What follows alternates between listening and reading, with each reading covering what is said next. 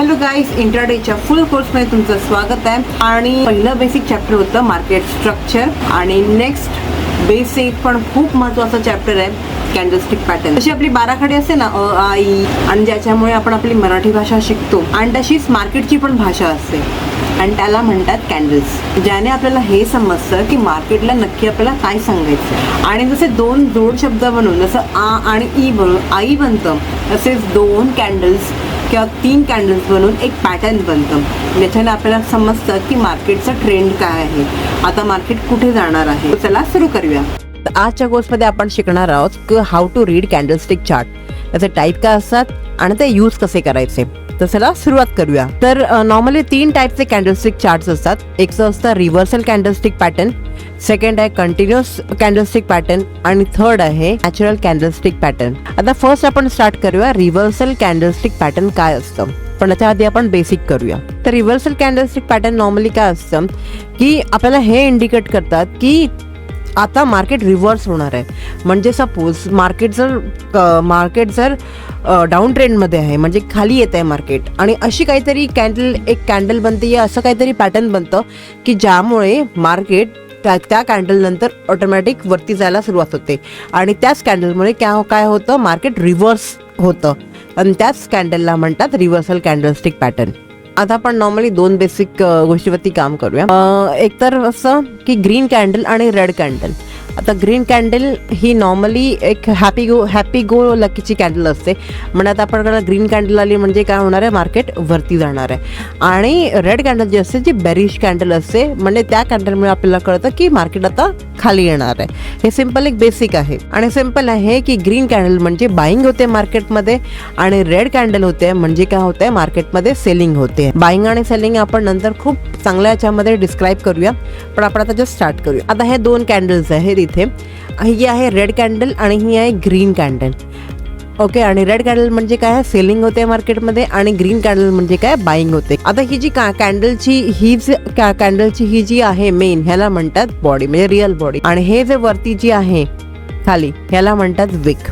एवढं सिंपल समजलंय की ही कॅन्डलची बॉडी असते आणि हे जे खाली आणि वरती ज्या लाईन्स आहे त्यांना कॅन्डलची विक म्हणतात. आता विकची जी वरची लाईन आहे तिथे असं आपण म्हणणार की कॅन्डलने हाय लावलंय, हाय आहे कॅन्डलचं, आणि खाली जे आहे त्याला म्हणतात की कॅन्डलची लोअर लेवल आहे. आता त्याच्यामध्ये आणखीन एक गोष्ट अशी आहे की ही ग्रीन कॅन्डल आहे म्हणजे बाईंग होते, म्हणजे जे खालून वरती चालली आहे.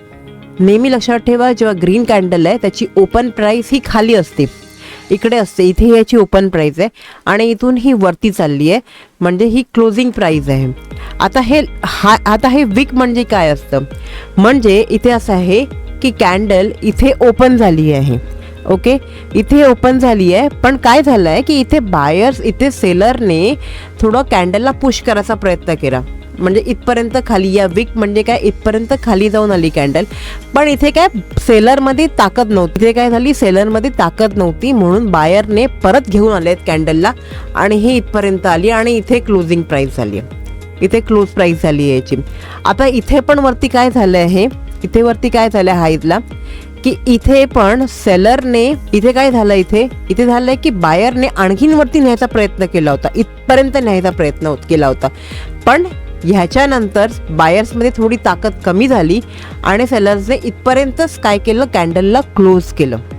तर समस्या इथे काय झालंय, ही विक का इम्पॉर्टंट असते कॅन्डलस्टिकमध्ये, की जेव्हा आपण ही ग्रीन कॅन्डल जेव्हा आपण बघतो तेव्हा ग्रीन कॅन्डलमध्ये होतं काही, ग्रीन कॅन्डलला ओपन प्राइस, म्हणजे इथे जी प्राइस आहे ही इकडून स्टार्ट झाली आहे, इथे स्टार्ट झाली आहे, पण झाली काय, विक इथे खाली आली आहे. म्हणजे इथे सेलर्स होते बसलेले आणि सेलर्सने काय केलंय, सेलर्सने आणखीन पुश करायचा प्रयत्न केला, पण त्यांच्यामध्ये काय होतं, ताकद नव्हती, आणि बायर्सने ह्याला इथे क्लोज केलं, ओपन केलं. ह्या बायर्सला आणखीन खाली आणण्याचा प्रयत्न केला सेलर्सने, पण त्यांच्यामध्ये ताकद नव्हती, तर बायर्सने ह्या प्राइसला इकडे आणलं आणि ही इथून स्टार्ट झाली आहे इथपर्यंत.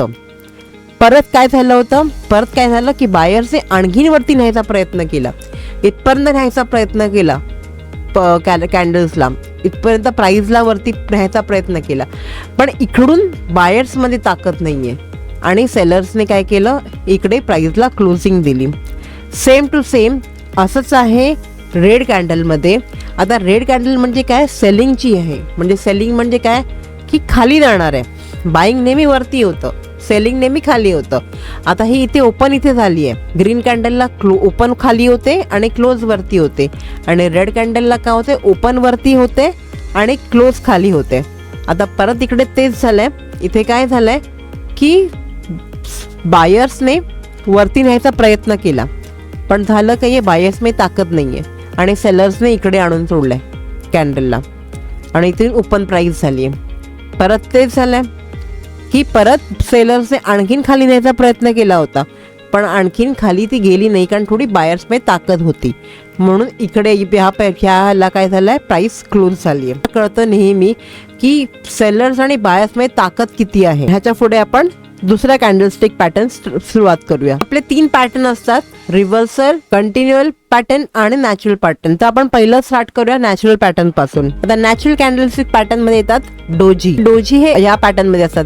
आता डोजी मध्ये काय असतं, नाही बॉडी असते नाही विक असते. म्हणजे काय, जिथे मार्केट ओपन झालंय तिकडेच मार्केट काय झालंय, क्लोज झालंय. म्हणजे काय, हे नॅचरल कॅन्डलस्टिक पॅटर्न मध्ये येतात. जिथे मार्केट ओपन झालंय तिथेच क्लोज झालंय, नाही याला बॉडी आहे नाही याला वीक आहे. आता डोजीचे खूप सारे प्रकार असतात, त्याला आपण ट्रेड मध्ये कसं वापरणार आहोत चला बघूया. आता आपण जेव्हा लास्टला कॅन्डलस्टिक कॅन्डल्स बघितली तेव्हा ही ग्रीन कॅन्डल आहे आणि ही रेड कॅन्डल आहे, आणि ह्याला पण काय इथून ओपन झालं होतं, इथून क्लोज झालं होतं. हे वीक आहे, हाई प्राइस आहे याची लो प्राइस आहे. इथे ही रेड कॅन्डल आहे, इथून ओपन झालं होतं, इथे क्लोज झाली होती, आणि ही याची हाय आहे आणि ही याची लो प्राइस आहे. पण ही बघा, ही आहे डोजी. आता ह्याला काहीच नाहीये, ना बॉडी आहे ना वीक आहे, काहीच नाहीये. आता आपण बघा डोजी फॅमिली काय असतं. डोजी फॅमिलीमध्ये असतं doji star, long leg doji, gravestone doji, butterfly doji आणि 4 प्राइस डोजी. तर आपण फर्स्ट बघूया डोजी स्टार.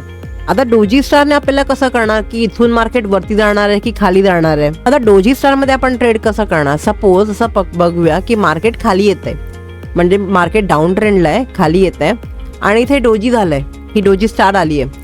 ओके, आता डोजी स्टार आल्यावरती सेकंड कॅन्डलची आपल्याला वेट करायची आहे, की असं नाही की डोजी आली की आपल्याला कळणार की अरे मार्केट डाऊन चाललंय, डोजी आली म्हणजे आता मार्केट अप जाणार, असं नसतं काही. ओके, असं कुठल्याच कॅन्डलला नसतं. तर आता मार्केट सपोज डाऊन चाललंय आणि डोजी आली आहे, तर आपण दुसऱ्या कॅन्डलचं वेट करणार, आणि सपोज ह्या डोजीच्या हाफवरती ग्रीन कॅन्डल ओपन झाली आहे, हाफ वरून ग्रीन कॅन्डल जर वरती जायला सुरुवात केली आहे, तिकडे आपल्याला ट्रेड घ्यायचा आहे.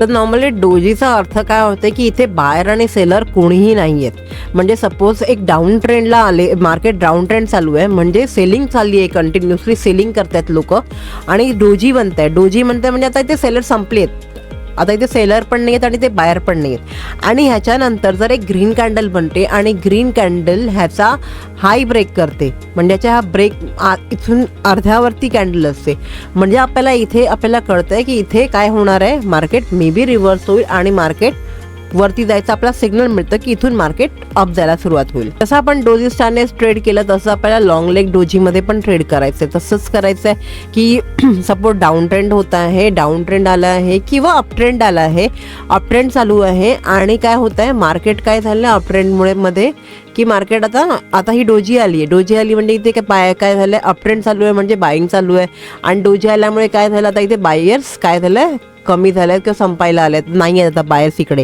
आणि ह्याच्यानंतर सपोज एक रेड कॅन्डल होते आणि रेड कॅन्डल असा हाफ ब्रेक करते, तर आपल्याला मानता येईल की इथून काय होणार आहे, आपल्याला डाऊन ट्रेंड चालू होईल मे बी. थर्ड आहे ग्रेवस्टोन डोजी. आता जेव्हा ही ग्रेवस्टोन डोजी बनते याचा अर्थ असा की मार्केट काय होणार आहे, याच्यानंतर बेअरिश होणार आहे, मार्केटला सेलिंग प्रेशर येणार आहे. आता मानूया की मार्केट असं ग्रीन कॅन्डल बनून वरती चाललं होतं, आणि वरती बनलंय ही अशी ग्रेवस्टोन डोजी बनली आहे, आणि आता काय झालं, ह्याच्यानंतर काय होणार आहे, त्यानंतर क्लिअर इंडिकेशन आहे की याच्यातून मार्केट खालच्या साईडला जाणार आहे. पण आता हे आहे का की आता ग्रेवस्टोन डोजी झाली आहे म्हणजे आता कन्फर्म आहे की इथे आपल्याला ट्रेड घ्यायचंच आहे, तर असं नाही आहे की ट्रेड आपण हे कॅन्डलस्टिक पॅटर्न शिकतो आहे, ही आपलं बेसिक आहे. कॅन्डलस्टिक पॅटर्न हे बेसिक आहे, फक्त कॅन्डलस्टिक पॅटर्नवरती कधीच डिपेंड नाही राहायचं, 3 वेळा कन्फर्मेशन घ्यायचं. किंवा कॅन्डलस्टिक्स पण ही ग्रेवस्टोन डोजी झाल्यानंतर जी नेक्स्ट कॅन्डल बनते तिथून असं कळलं की आता इथे नेक्स्ट कॅन्डल ही जर रेड झाली तरच आपल्याला काय घ्यायचं आहे, ट्रेड घ्यायचं आहे. ओके, कुठल्याही कॅन्डलस्टिक पॅटर्नवरती, मार्केटवरती कुठल्याच गोष्टीवरती मार्केटमध्ये विश्वास नाही करायचा, त्यामुळे कॅन्डलस्टिक पॅटर्नवर पण नाही करायचा. हे आपण शिकतोय. कॅन्डलस्टिक पॅटर्न का शिकतोय आपण, कारण हे पूर्व हे होतच आलंय, असंच होतंय आणि याच पॅटर्न मध्ये ट्रेड होतोय.